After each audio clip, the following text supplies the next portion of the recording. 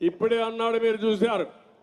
నేను సూపర్ 6 ఇస్తే ఈ ముఖ్యమంత్రి అంటున్నాడు నేను కూడా ఉచిత ప్రయాణ సౌకర్యం మా ఆడబిడ్డలకు ఏర్పాటు చేస్తానని నేను హామీ ఇచ్చాను.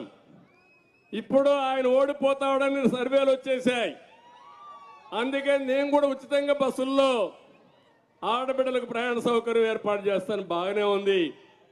వాళ్ళ దగ్గర దోచుకున్న నిత్యావసర వస్తువుల ధరలు పెరుగుతాయి. ఎవడిస్తాడు ఆ డబ్బులు తిరిగి? కరెంటు ఛార్జీలు దోపిడీ చేశారు, ఎవరిస్తారు ఆ డబ్బులు తిరిగి? పన్నులు పెంచి విపరీతంగా చేశారు, ఎవరిస్తారు ఆ డబ్బులు?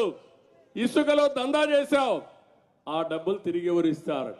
మద్యాన్ని అమ్ముకొని వాళ్ళ జీవితాలు నాశనం చేశావు. ఇవన్నీ క్షమించరాని నేరాలని చెప్పి కూడా నేను మీకు తెలియజేస్తున్నా.